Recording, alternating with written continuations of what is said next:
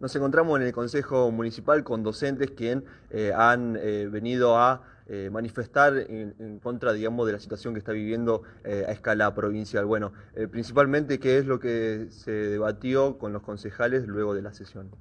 Bueno, no, lo que nosotros hicimos, bueno, primero que estamos en el marco de la primera semana de plan de lucha, esta nueva etapa de plan de lucha, votado el viernes por la docencia, un plan de lucha de 72 horas esta semana y 72 horas la siguiente. Dentro de ese marco hemos definido algunas acciones.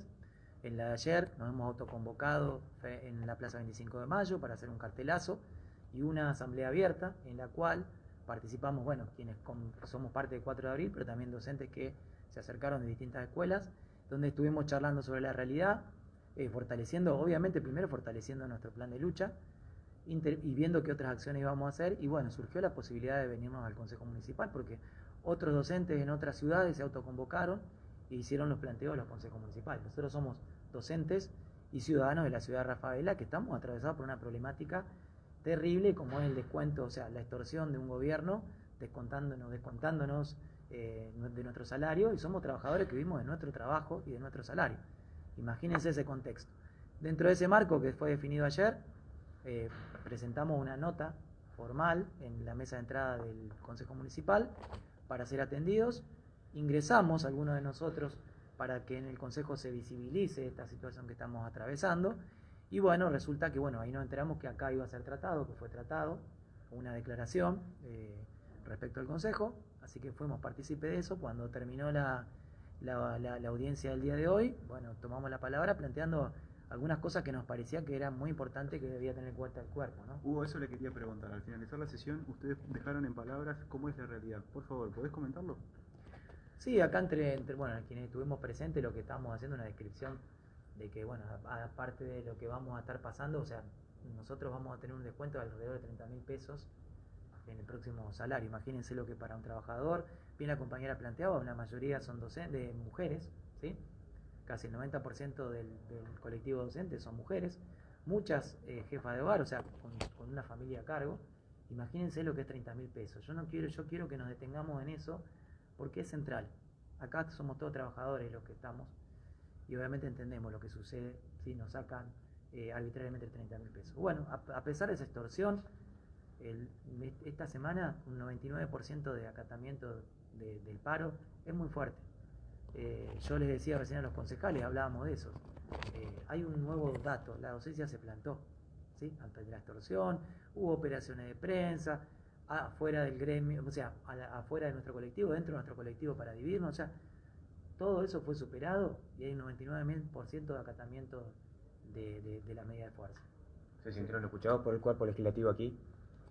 Sí, obviamente nosotros primero, como decíamos, no sabíamos que se iba a tratar, nos desayunamos de eso, nos pareció importante que se trate, nos pareció importante que en una de las instituciones democráticas como este cuerpo colegiado, donde hay pluralidad de ideas, se debata la educación. También lo que planteamos es que evitemos hablar de la educación cuando recién llega el conflicto a una situación de paro. O sea, también es una cosa, un llamado de atención.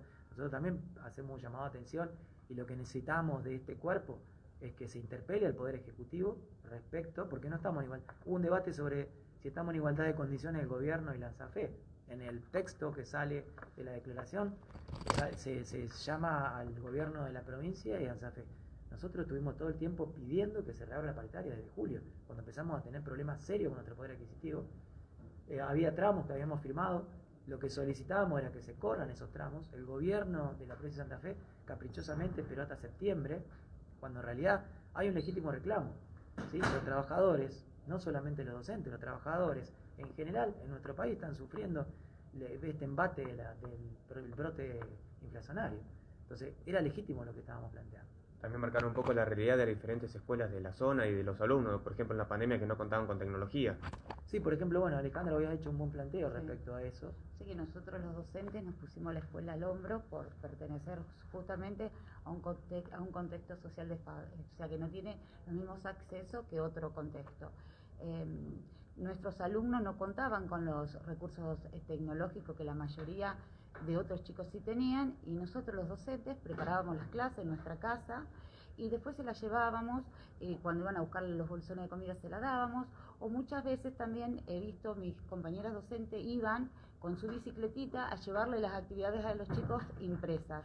Y también veíamos que los derechos de estos chicos durante la pandemia, que no los teníamos todos los días y no podíamos ver, que sus derechos no sean vulnerados. Así que yo estoy segurísima que todos los docentes nos hemos puesto la educación al hombro, y es verdad lo que dijo uno de los concejales cuando dijo que no había un lineamiento educativo, una política educativa lineal, clara. Era a las 11 de la noche llegaba una circular, a las 11:15 te llegaba otra que les decía lo que ya había dicho, y bueno, sí mandaron libros, yo no te voy a decir que no, pero esos libros tenían muchas falencias en el sentido de que no se lo podías dar al chico y que el chico trabaje, porque no correspondía al año a lo mejor, porque hay diferentes tipos de momentos de aprendizaje, y todo ese proceso, porque el aula no somos todos heterogéneos, somos una diversidad, no somos homogéneos, somos heterogéneos, y hay una diversidad, y con esos libros no se han tenido en cuenta esas cosas. ¿Falta papel higiénico y tiza en las escuelas? Sí, faltan todas las escuelas y nosotros tenemos que comprarnos nuestros materiales, las tizas, el papel higiénico, llevarlos porque no hay. Y en la época del alcohol en gel también faltaba un deficiente. Bien, la última, ¿no? ¿Los deja conforme la declaración? Porque pareció, vos decías, Hugo, recién, no están en pie de igualdad, ¿no? Entonces instar a los docentes y al gobierno, me parece que, bueno, no les ha caído bien. No, sí, yo entendí que por ahí fue la dinámica para que saliera esta declaración, pero a este cuerpo legislativo le tocaba interpelar al Poder Ejecutivo. Claramente, bueno, si faltaba información, podríamos haber aportado la información de por qué estamos hablando de que se está violando la ley. Se viola el derecho del artículo 14 bis de la Constitución, que nos da libre agremiación, libertad sindical, o sea, la democracia sindical que tenemos que practicar, el convenio del 87 de la OIT, la ley de paritarias, o sea, en un marco totalmente extorsivo, no hay igualdad de condiciones, o sea, está claro que no hay igualdad de condiciones. Entonces, en el artículo segundo, cuando hablan de que instan al gobierno provincial y a ANSAFE, me parece que les correspondía acá a los concejales hacerlo con el Poder Ejecutivo. Y otra cosa, esta arbitrariedad que hoy los salarios, y que hoy sí o sí los trabajadores, como vivimos nuestro salario, necesitamos sí luchar por eso, pero a ver, hay una reforma curricular en media, donde no va a haber más repitencias, donde hay trayectorias, unilateralmente lo hicieron, arbitrariamente, nunca se consultó a la docencia. Van a agregar horas en las escuelas primarias, ya agregaron en la ruralidad y algunas escuelas que tienen jornada extendida, 1 hora más de clase, sin consulta a los docentes, ¿sí? Hay un montón de decisiones que se están tomando que son totalmente inconsultas, arbitrarias y unilaterales. Ni hablar con esto del salario, ¿no? Quedan claro que, por eso es otra cosa que nosotros planteábamos. Ya la sociedad sabe también que no estamos en igualdad de condiciones y que es el gobierno, este capricho de Perotti, el que ha llevado a esta situación de conflicto y que parece ahora, porque también me preguntaban, mucha gente me pregunta, ¿y cómo se resuelve? Hoy estamos en un callejón sin salida porque el gobierno no está dando las herramientas para poder hacerlo. Violando la ley, si no nos ponemos en el marco de la ley que está preestablecida, no podemos, o sea, nosotros estamos pidiendo, por ejemplo, ahora, está previsto en la ley, el artículo 16, 17, 18 de la ley de paritaria docente, una comisión mediadora federal. Estamos esperando que se convoque, porque hay instancias para poder resolver si un conflicto llega a una situación de no resolución. O sea, está previsto, la norma está prevista. Lamentablemente, la norma, las leyes, que es lo que enseñamos en la escuela, que es ciudadanía básica, Estado de Derecho, lo básico de la ley, que es evitar las arbitrariedades, justamente es lo que no está haciendo el Estado. La igualdad ante la ley nos evita que haya un fulano, un mengado, un grupo que se imponga arbitrariamente. Y eso justamente el propio Estado no lo está haciendo. ¿Y cómo está la docencia para